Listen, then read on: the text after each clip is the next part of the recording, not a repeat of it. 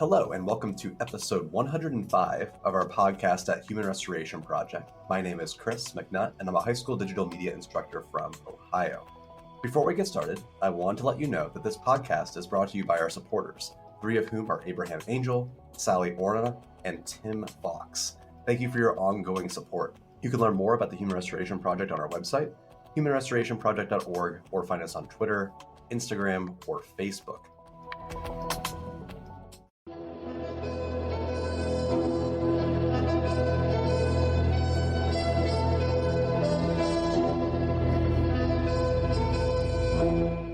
Today, we are joined by Dr. Joanne Golann. Dr. Golann is an assistant professor of public policy and education and an assistant professor of sociology at Vanderbilt University and focuses on how culture shapes educational policy and practice. Her recently released book, Scripting the Moves, Culture and Control in a No Excuses Charter School, follows Joanne over 18 months as she observes a high-performing charter school documenting the various regimented structures, student and parent perspectives, what the teachers do, and more, which we're talking about in this interview. So Joanne, it's nice to see you. I'm glad that you're here. And the first question I have is really why? Why do this for such a long period of time? And if you could provide a little bit of context about the school. Sure. So I did observations for about a year and a half in a no excuses charter school that I called Dream Academy. And for a little context of what no excuses charter schools are, charter schools are public schools of choice. So you may have one in your community and students apply to them. So instead of going to their zone neighborhood school, they may choose a charter school as an alternative. Charter schools started in about the 90s. And they now serve, maybe 6 or 7% of all public school students. They sometimes have a theme. They tend to have a little bit more, they do have more flexibility than traditional public schools in terms of what they can do, what their school day looks like, what their curriculum looks like. So no excuses charter schools are a subset of these, and they've kind of garnered a lot of policy attention because they've been pretty successful in raising standardized test scores for the low-income Black and Latinx students they predominantly serve. So you may have heard of schools like KIPP, Achievement First, Success Academies, Uncommon Schools. These are all classified under what we call the no excuses label. And why did I spend, so long in one of these schools? Well, I was a graduate student at the time, and I had to write a dissertation on something. And I happened to hear about these schools. And I actually happened to hear about a particular practice that they had called SLANT. And SLANT is an acronym, and it stands for sit up, lean forward, ask questions, nod for understanding, and track the speaker. And it's a way of kind of teaching kids how to show attention in what you might think of as a kind of white middle class way. So when I talk, I nod a lot, but, no one ever explicitly taught me, this is how you need to show attention. Well, I was sort of intrigued by this explicit attempt to teach what we in sociology called cultural capital. So I went into the project with this sort of theoretical kind of idea in mind, and learned a lot by sort of immersing myself in the school. And the experiences that you share are, they're fascinating. Just to be like a fly on the wall in a system that is so... It's odd to be controlled as much as you are in an academy like this. Could you describe just briefly what does a school day look like for a student that goes through this process? Yeah, so the school days are longer. The school I was at, I think it was 7:30 to 4, and it has a very rigid set of kind of behavioral expectations. So if students do not arrive by 7:30 and there's no bus transportation, they receive a same-day detention. There was a particular line of tiled square in the school that students had to walk on, and they had to walk in straight single-file lines, hands on their, by their sides. They couldn't touch the walls. They couldn't talk to each other, so hallways were silent. There was an elaborate set of rules, kind of rewards and consequences system, which lots of schools use, but in these schools, it's much more elaborate. So, you might get an infraction for putting a head on a desk, or, having a side conversation in a classroom, or not having a shirt tucked in, or rolling your eyes at a teacher. over the course of the school year, there were 15,000 infractions assigned to about 250 students at the school, which amounted to about one infraction assigned every 3 days. So it was just a very, like you said, tightly controlled system, both for students and I would argue for teachers as well. Before we jump into the specifics there, because I really want to dive into those discipline statistics because it's shocking to me. Just to contextualize kind of the purpose of the book, because you talk about how it's not necessarily just to demean this one individual school, but to make those connections to the broad work that's being done across a variety of different schools. Like you talk about like broken windows policing being similar to what they call the sweat the small stuff policy. As a teacher reading this work, what do you hope that folks are taking away? Yeah, I appreciate your kind of noting that in the book because that is what I'm trying to do. I think there are these broader narratives and practices that we can find in all sorts of schools, not just these charter schools. Maybe we see them, to the extreme in some cases in this school. But I was just talking with a friend yesterday who was complaining about, the bonus bucks that her first grader gets in school for behavior and gets these dollars given and taken away. Um, so yeah, what I'm really hoping teachers and administrators get from the book is a way to reflect on their own practices and their own assumptions. So I definitely understand that teachers and administrators have a very difficult job, and constantly putting out fires in some cases, making decisions on the fly. So it's actually not to criticize them and what they're doing, but to say, hey, if you step back and think, when you're saying this student just has no structure at home or his parents never show up, do you realize that's actually connected to sort of a broader narrative about poor kids, right? And a narrative that might have racist implications. Or, um, you know, if you think about your school's disciplinary practices, have you ever thought of the ways in which they're tied to racialized social control and what's been happening in the Black Lives Matter movement, right? So just trying, and I've tried to sort of make sociology written in a way that's accessible so that someone can, like a teacher, can sort of make connections and say, oh, I never thought about it that way. Maybe that'll make me rethink something I do or say. It's interesting to kind of tease apart the intention versus the practice. If we were to take this at face value and not be cynical about it, the idea behind this is equity minded. I was reading something like so slant Doug Lamov's Teach Like a Champion, and Teach Like a Champion 3.0 is coming out pretty soon, and they're talking about how it's going to shift to more equity driven language. And I think they're rebranding slant to something else so it doesn't sound as harsh, but it's still ostensibly the same thing. In your read of this, is the work that's being done actually accomplishing the thing that it's set out to do? Yeah, is it promoting equity? I think that's a tough question because I guess it depends what lens you put on it, right? So I think a lot of people think about equity in terms of individual outcomes. I think that's how schools think about it a lot. Are we getting this particular kid? Are we giving them more opportunities than they would have had they not been in our school? As a sociologist, we think more about systems and society. So, are these schools actually making a positive impact, on society, on public education? Are they helping students develop a critical consciousness that's going to lead them to feel empowered and make social change in their communities and in the world?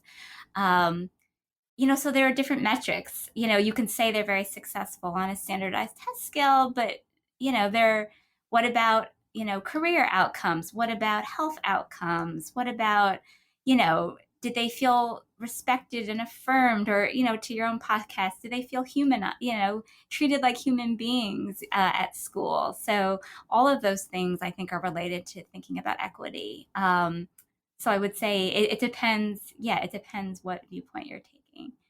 It's very intriguing because it has like almost like a utopian element to it where it's all at what cost, and it seems like we've created like this heavily regimented dystopia in our attempt to improve schools. I wanted to list off some of these discipline statistics. because this was the page. Like I had read, I was reading through the stories, and I was like, "This is bad. This is bad. Like this seems a little bit too controlled for me." And then you listed the actual stats, and I'm like, "My God, like this is insane." In this one school, over the course of 800 or 188 days, there were 15,423 infractions for 250 students. And only 6 students did not receive one of those infractions. And three-fourths of the infractions resulted in detentions, which was something like 12,000 detentions.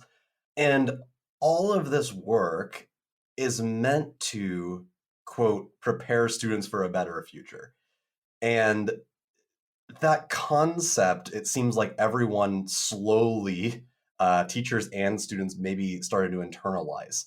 And a lot of that's related to that pull you up by your bootstraps. It's very meritocracy style language, which looking into those things, you begin to realize that they're not true. That there's no such thing as a meritocracy.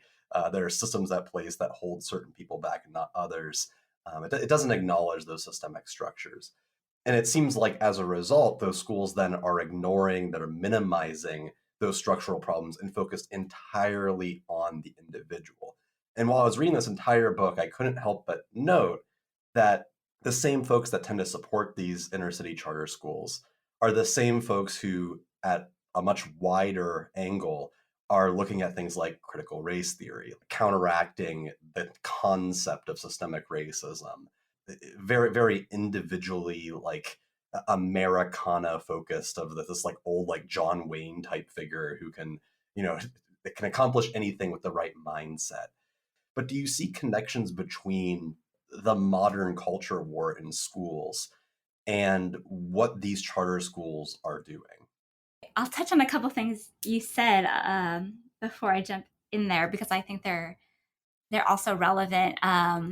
This idea of the ends justifying the means, right? So yes, if anyone were to take a clear look at the rigid discipline and the consequences, they would say, like you said, this is crazy, right? But how is it then that you have intelligent, hardworking, caring teachers and principals justifying implementing systems like these? And I think there is a mindset that, like, hey, think about the counterfactual. Like, we know we've been in schools where there's no learning, where there are fights going on every day. And so here's a system where at least, hey, it works. We can get students in their seat. We have some evidence, that our students are learning. I think you can't, though, justify the means by the end. I think you need to think about, are there limits to the means? What are sort of really acceptable means? What do we think is appropriate for schools to do? Can they do anything in the name of equity and boosting standardized test scores, right? So I think that's really important to consider. You also said there's no such thing as a meritocracy. I appreciate that because, yeah, I think it is connected with sort of CRT in that way. So I think that pull yourself up by your bootstraps mentality is very much embedded in American culture. And education is deeply tied to that American dream. So lots of parents, lots of immigrant parents, lots of probably low income parents, lots of parents in general will say, like, schooling, is your ticket to upward mobility. Schooling is your ticket to success. And there's something to be said for that as well. But I think what CRT is pushing is to ask us to carefully and critically think about, who's included in that American dream and who's excluded, both historically and currently. And I think part of, the pushback against CRT is, well, oh, if we say racism is endemic, then people are going to feel, like there's nothing they can do. But I think thinking about structural problems doesn't take away agency, right, of students or teachers. It doesn't make you powerless. In fact, I would argue the opposite, right? If I were a principal and I recognize that, there are racial inequities in discipline in my school, that empowers me to really make significant changes to my school's disciplinary practices that can change, the trajectory of my students. Maybe I'm not aware of that, right? That there are so many implications, but there's so much work on sort of the school to prison pipeline and how these disciplinary practices in school can impact, can send students on sort of the wrong pathway, so, and I think students themselves too, if they recognize the structural problems in society, they can start to brainstorm ways to sort of dismantle those. So yeah, I think I see the worry, like, oh, this is not American. This is sort of going to make people, feel hopeless, helpless. But I guess I see it differently.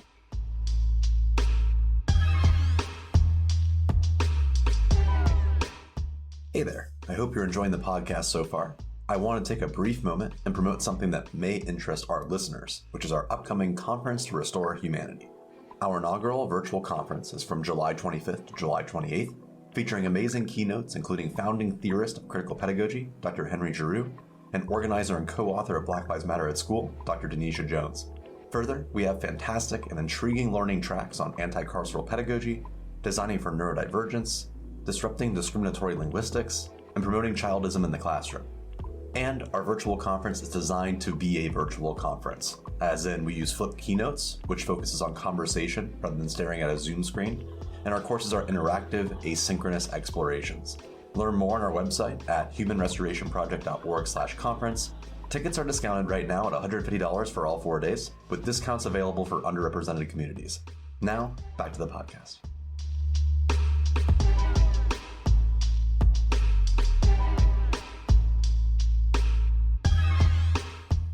Do you think that for students who are going through this schooling experience from a very young age, folks that have enrolled in this charter school industry for 10 plus years of their life, that they internalize that message? Like, do you think it takes away power in a sense?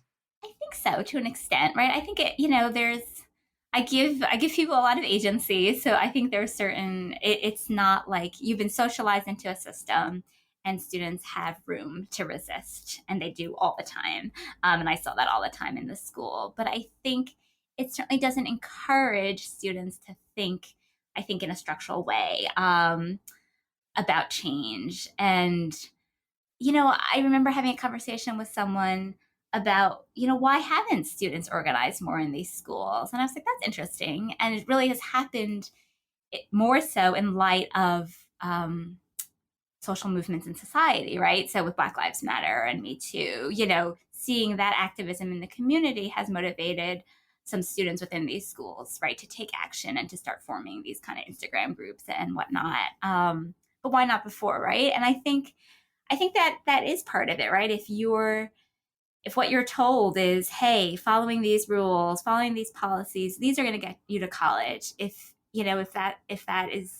you keep hearing that, then you kind of maybe resign yourself to, okay, I don't like being here, but if I do this, it's going to help me be successful, and so I'll just keep going with it. Yeah. They are teaching a mindset of perseverance in a sense. It's kind of an odd approach to it. You always have to be like a go-getter, and if you're staying behind, life is basically passing you by, which is a strong mindset to have, but it just seems so odd when juxtaposed next to this is like if anyone hasn't seen the Uncommon Schools YouTube videos, like the training videos, where they show an example of a quote unquote good class. And when you see what these students are subjected to, it's really weird. Like you'll see a group of usually about 25, almost entirely Black or Latinx students with one white teacher, and they are led almost military style. Second grade, they are all like moving in a regimented, like everybody stands up completely silently, walks out of the room. Look at how great this transition is. It's so odd to me that those two different ideas are juxtaposed. You have this idea of extreme control next to a go-getter society.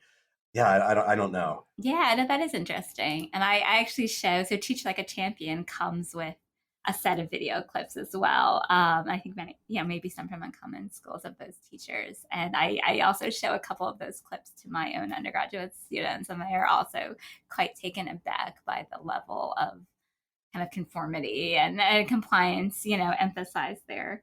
But yeah, I think the school also, I've read this or heard this in other schools too, not just the one I was at, they'll say things like, there are three other students, who want your spot. So like, if you can't handle this, you can go somewhere else. They'll kind of say that it's your choice.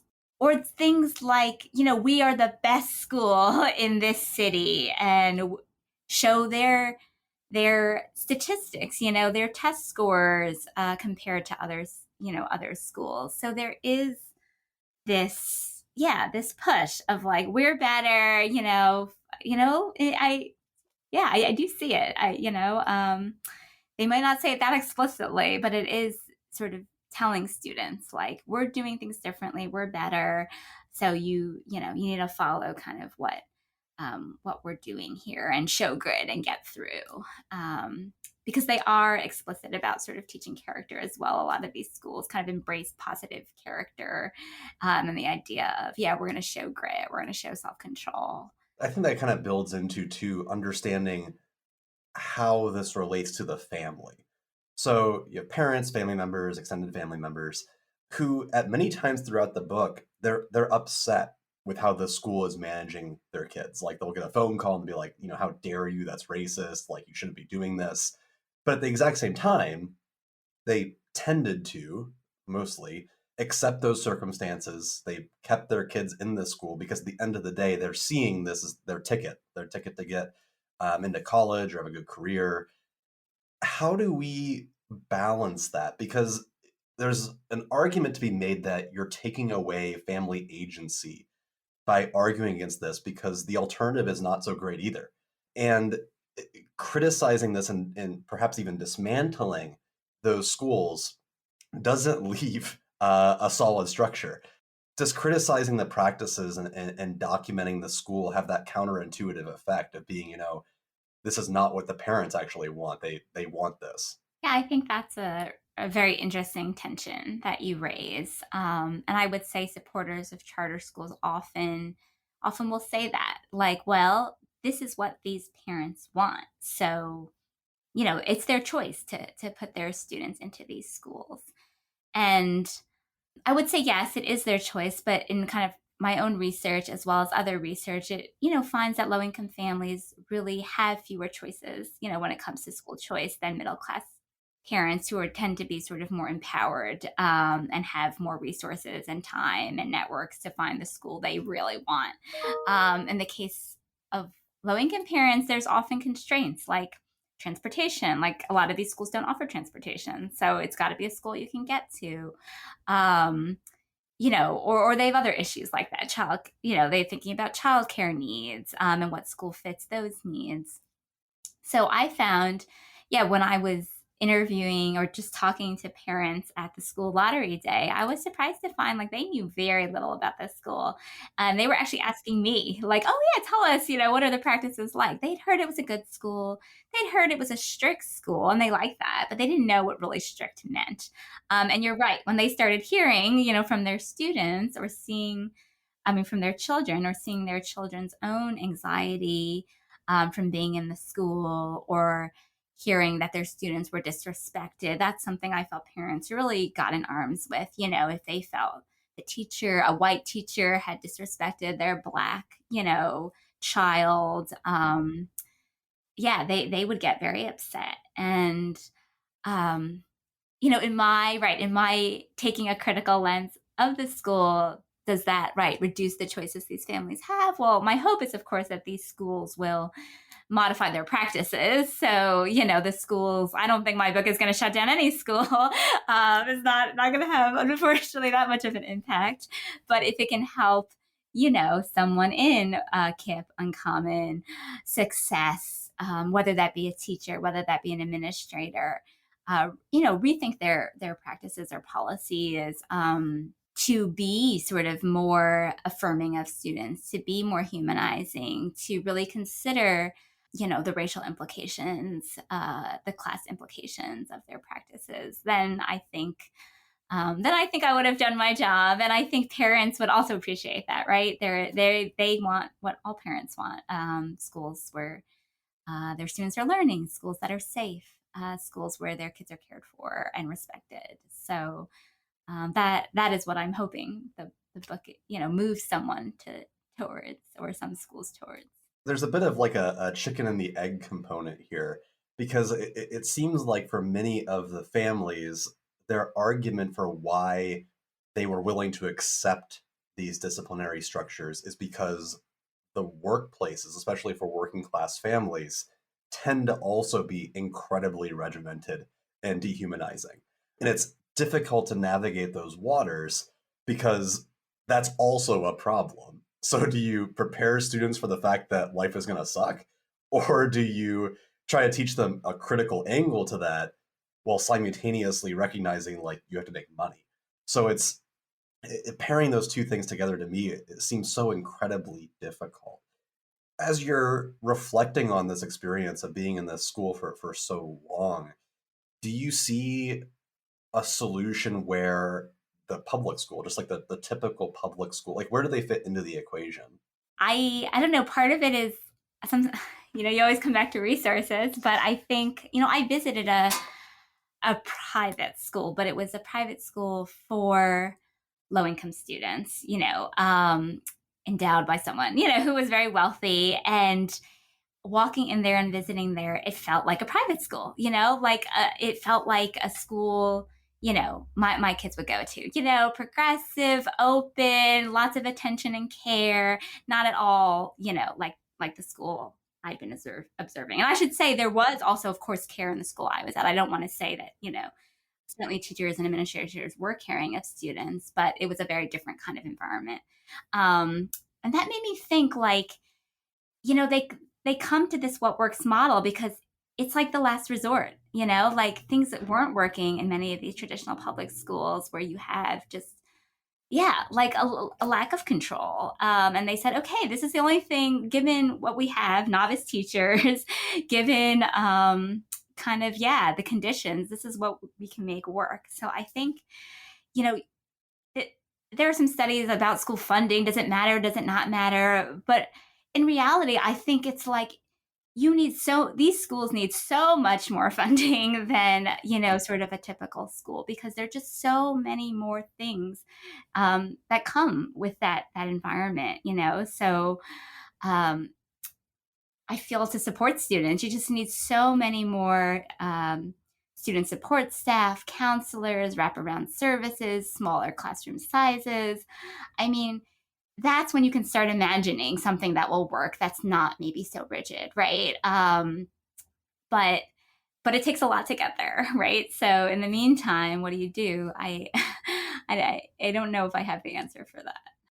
Based off the experiences that you had at the school, what was kind of an assumption going in you had about either students or teachers, administrators, kind of like from like the research you did and what you read about the school?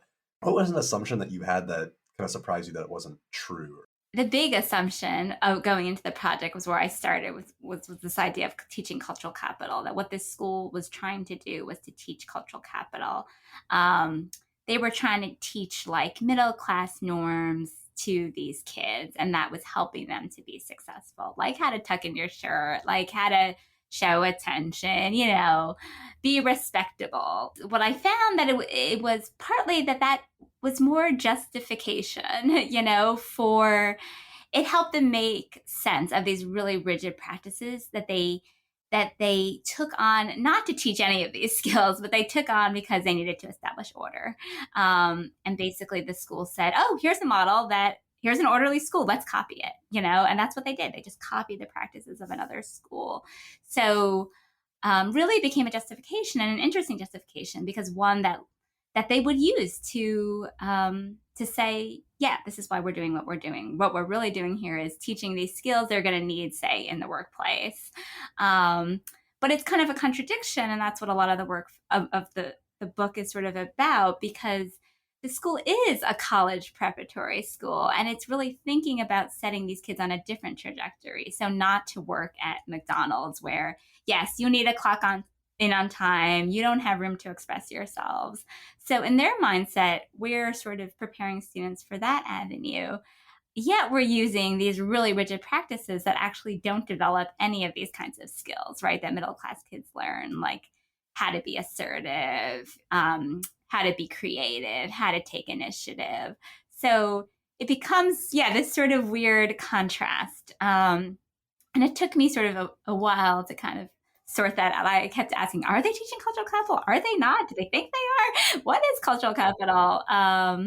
So that was one of the big things I kind of wrestled with in the book. Yeah, there are extreme contradictions of control.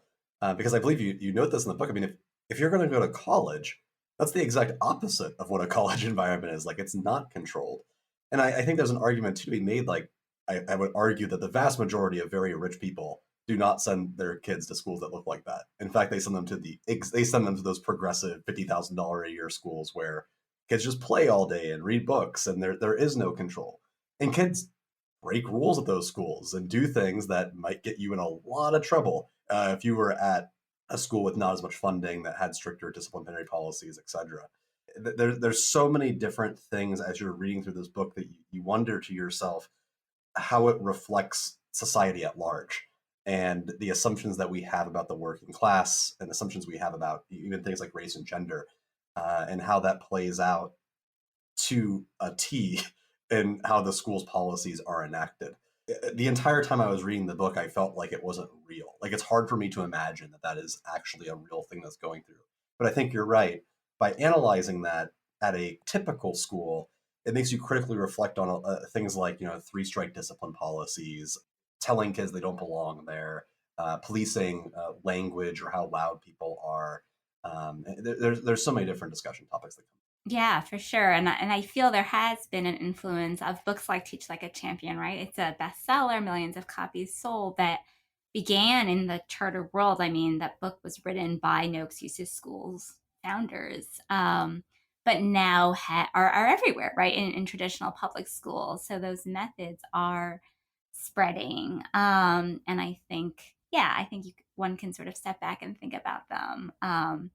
To what extent do these, right, stigmatize students or make relationships between students and teachers more antagonistic than they need to be, or, a host of other questions. Thank you again for listening to Human Restoration Project's podcast. I hope that this conversation leaves you inspired and ready to push the progressive envelope of education. You can learn more about progressive education, support our cause, and stay tuned to this podcast and other updates on our website at humanrestorationproject.org.